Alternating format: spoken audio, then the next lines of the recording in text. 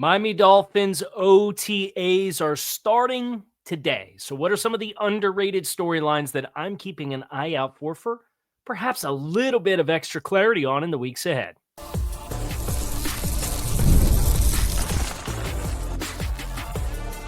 You are Locked On Dolphins, your daily Miami Dolphins podcast, part of the Locked On Podcast Network, your team every day. All right, Miami, welcome to another episode of Locked On Dolphins. It is your team every day here on the Locked On Network. I'm your host, Kyle Krabs, a lifelong Miami Dolphins fan, host of Locked On Dolphins, co-host of Locked On NFL Scouting, author of Touchdown Miami on Substack, and NFL staff writer for A to Z Sports. I want to give a special welcome and shout out to our everydayers because it is your team every day. We don't just say it, we live it here on the Locked On Network. Today's episode of Locked On Dolphins is brought to you by FanDuel. Right now, new customers can get $200 in bonus bets when your first $5 bet wins. Today on the show, the Dolphins are opening OTAs. There's been a transaction that's happened already today. We're getting media availability tomorrow.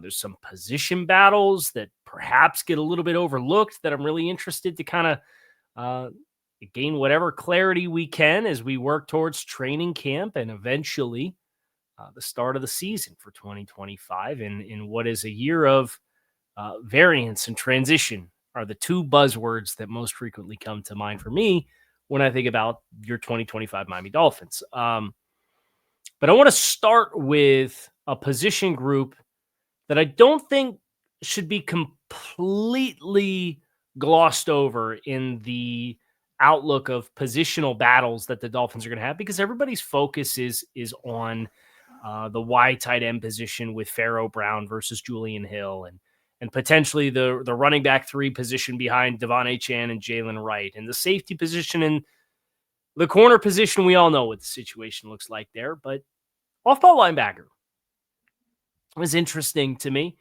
Tyrel Dotson looks like he's going to be a nice steal for the Dolphins off of waivers where Seattle cut him.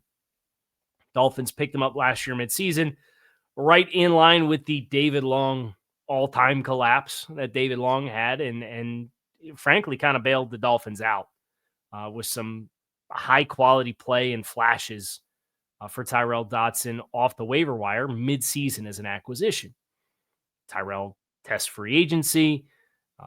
The Dolphins, you'd heard that they were showing some interest in Dre Greenlaw before he ultimately signs at a price point that was ambitious for a guy who played like 20-something snaps last season. So I don't blame the Dolphins for not going down that road when the alternative was getting Tyrel Dotson on a 2-year deal for about $6.5 million. And once he signed and re-signed, it's kind of just been the assumption of, well, Tyrel Dotson's going to be back as the other starting linebacker next to Jordan Brooks.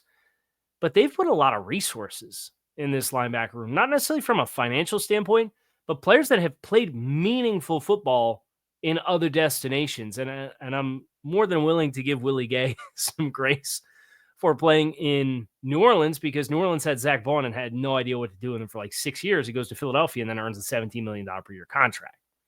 Willie Gay was a meaningful player in Kansas City with the Chiefs before they, from a dollars perspective, just had to let him walk. They also had like 4 linebackers. So Willie Gay's kind of been brought in addition to KJ Britt from Tampa Bay, to go along with Tyrel Dotson, who the team re-signed, but the team didn't like fall all over themselves to make sure that Tyrel Dotson didn't hit the free agent market. And when you look at the guaranteed money, Tyrel has $2.6 million in guaranteed. So that's not nothing. It guarantees Tyrel Dotson $2.6 million, but I don't look at a $2.6 million guaranteed salary and say, oh, well, Tyrel Dotson's locked in on these financials for a starting job for the Dolphins this year, no matter what, no questions asked.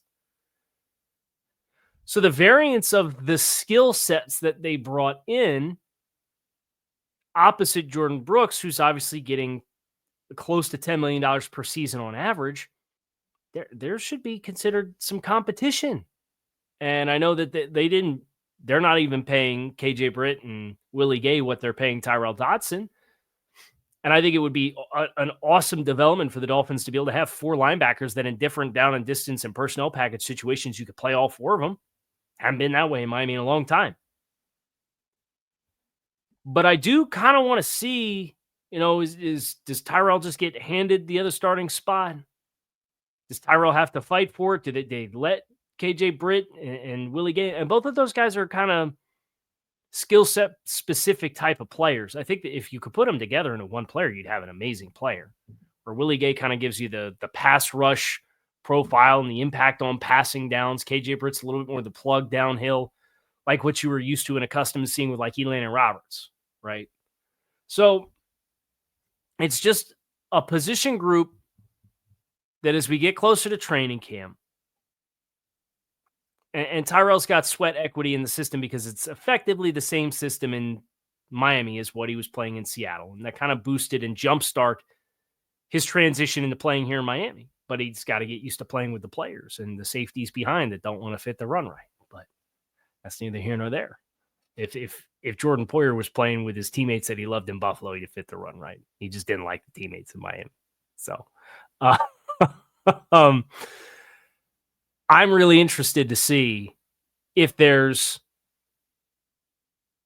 a plug and play element there where we just want two guys and then we win for these depth players, or are you going to mix personnel on a week in and week out type of basis? Do you want to play that kind of game? Do you want to try to put that onus on yourself as the coaching staff to find the right down and distance situations and personnel packages to make sure you're adding that extra responsibility on your plate to get the right players on the field? Or do you want to have a lot of interchangeability with the same guys that do all of it, and then you piecemeal it together if you experience any interruption with those players? It's another layer that you kind of get a sense of where the Dolphins offense is going because they're going into year 4 of it, right? And it's underscored with guys like Channing Tindall, who hasn't materialized, speaking of linebackers, but then also like Kader Koh, who's going into year 4. It's the first time he has the same defensive coordinator. So even year 2, you don't really know what's the long-term vision, and we might not be given the benefit of seeing Anthony Weaver realize a long-term vision if he continues coaching his rear end off the way he's capable of and earns a head coaching job somewhere. But at the very least, I'll take 2 years of the same system to see how it evolves. And it's a spot that they've added a bunch of names that have played some football, some meaningful football. I'm interested. You can count me interested. Now, we're going to get into, as the world turns at the quarterback position, Jalen Ramsey ordered himself some attention on social media, and the Dolphins lost a promising young player at the position. We're going to get into that next here on Locked On Dolphins. Stick with us.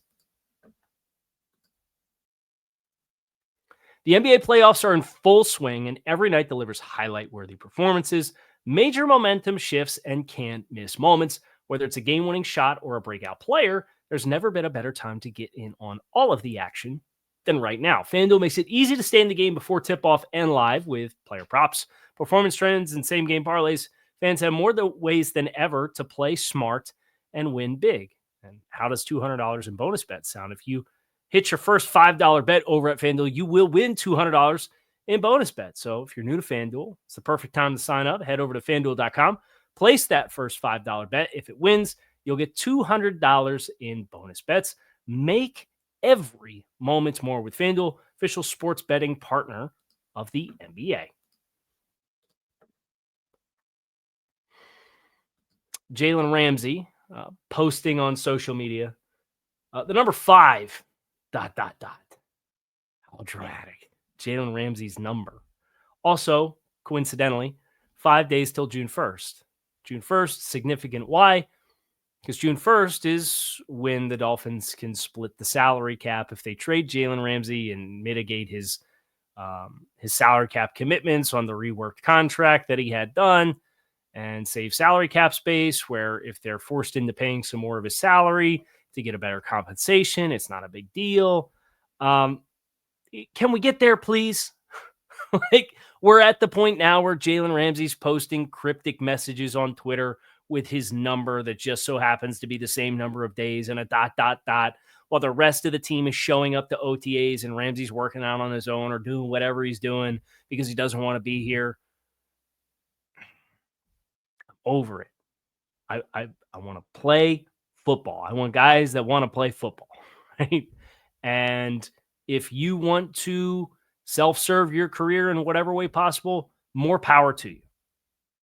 But I personally cannot wait until all of the as the world turns BS, and it's a family-friendly show, so that's how I can phrase it, but it's not how I want to phrase it. You just move on from it. And the Dolphins won't be rid of all of it because 10's still going to be here for 2025 based off. I don't think anybody's going to be interested with some of the antics and the financials and the guaranteed salary. It's just unfortunately the bed you made, so everybody's got to make it work. Strange bedfellows this year, right? But it wasn't just the Jalen Ramsey cryptic topic that was, another dramatic turn for the Dolphins at cornerback. I had a text that popped through this morning. It was like, hey, keep an eye on the waiver or on the transaction wire for Miami today. And lo and behold, Miami posted it this morning as they got ready to start OTAs. Jason Maitre, the undrafted free agent corner from last year who played in the nickel, has been placed on injured reserve, which, to the best as I can recall the rules of how these things work, effectively ends his season before it starts. The Dolphins had signed Maitre as a undrafted free agent last year out of Wisconsin. He played 3 years at Boston College, 2 years at Wisconsin. Was a safety and a corner. Played nickel. Showed some flashes in the preseason and in training camp. Dolphins put him on the practice squad. They carried him all throughout the season on the practice squad. And then they signed him to a 1-year futures contract after the season was over to put him on the roster for minimum salary. Well, he doesn't have any tenure, so that's 1 year, $840,000. And now being put on injured reserve, I believe the Dolphins could carry that over because the contract doesn't toll and have him on the books next year if they wanted to. But they could also reach an injury settlement and cut him. And then if he's unsigned for a certain period of time, he could potentially sign back.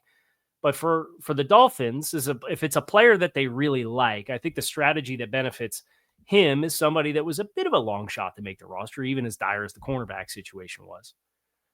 But as dire as the situation was at corner, probably a long shot to make the roster. But if you liked him and he showed flashes, stash him. Keep him on injured reserve. He can go throughout the season. You can bring him back next year, kind of have a little bit more clarity in the situation, kind of give him another year to acclimate to the NFL level as an undrafted corner, even though he played at the ACC and the Big Ten level. And you can see if you can catch lightning in a bottle in year 3. And for the dollars amount that you're talking, I don't really see any you're not really losing anything by carrying that if it's a player that you like on your injured reserve list. But when I found out that Maitre was going on, I kind of said, okay, like they're opening a roster spot. Is this the opportunity to where they have a vacancy to bring somebody in as a veteran player? And no, they signed Ryan Cooper, who was the corner that they picked up off of waivers from Seattle at the beginning of the offseason. And then when they got to the draft, they cut him. And now he's back to take the place of Jason Maitre. So keeping the numbers up in the cornerback room as the Dolphins work through the early chapters here of OTAs to make sure that everybody's getting their reps and nobody's getting overworked and overtaxed and all that good stuff. That's the load management of a 90-man roster that you don't necessarily have to worry about when you're on a 53 and you're into the flow of the season. But the only other thought I had at corner that we haven't talked a lot about was the presence of Artie Burns. And Artie Burns got a really nice compliment from Anthony Weaver when Anthony Weaver talked last week and talked about Burns' leadership. And obviously he's a well-tenured player in the NFL. And I hope, as good of a story as it would be for Artie Burns, I hope they don't put themselves in a position where they have to have Artie Burns hit. And what I mean by that is Artie Burns hasn't played 300 snaps in a season since 2018. Right? Like, it's been a minute. Now, if he's a veteran leader and an experienced player and maybe going to give you some special teams and be a fourth outside corner that if you got to get through a game and he comes in, he's seen a lot of football and you want to carry him on the 53, I'm all for it. I think that's great. But if Artie's in a position to start and the Dolphins are going to say, we're going to bet on Artie Burns to stay healthy this year as an older corner who doesn't have a lot of tread on the tires, but we like the leadership and he played in the scheme last year in Seattle, so we think he's going to grasp it. I think that'd be a mistake. And I would be surprised if they chose to handle it that way. But it is just a thought that I have as I'm sitting here and I'm processing what Anthony Weaver had to say. And I'm looking at the depth chart and we're waiting for the next veteran player to be added. And it probably won't happen until Ramsey's on the outs in case they get a player back in compensation for Jalen Ramsey, because that could change things. So we'll play the waiting game. And Jalen Ramsey was kind enough to remind everybody that we only have 5 more days until June 1st today on Twitter. But that's not it for us here on the show. Joe Shad put together a nice piece on Bobby Slowik, who also spoke last week with the assistant coaches.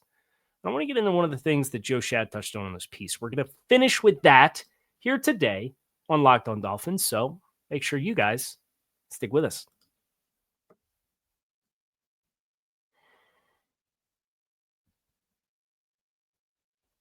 Joe wrote this morning. It ran about an hour ago as I'm sitting down recording. And he talks about some of the voices in the offensive room, and it is admittedly a bit of a crowded room where the Dolphins added Bobby Slowik to the offensive staff this year to go with Darrell Bevell as the quarterback's coach and Mike McDaniel as the head coach and the play caller and Frank Smith as the offensive coordinator. And let's see, you have an assistant head coach who is in the offensive staff as well for you. And now you have Bobby Slowik coming in as the title is the senior passing game coordinator.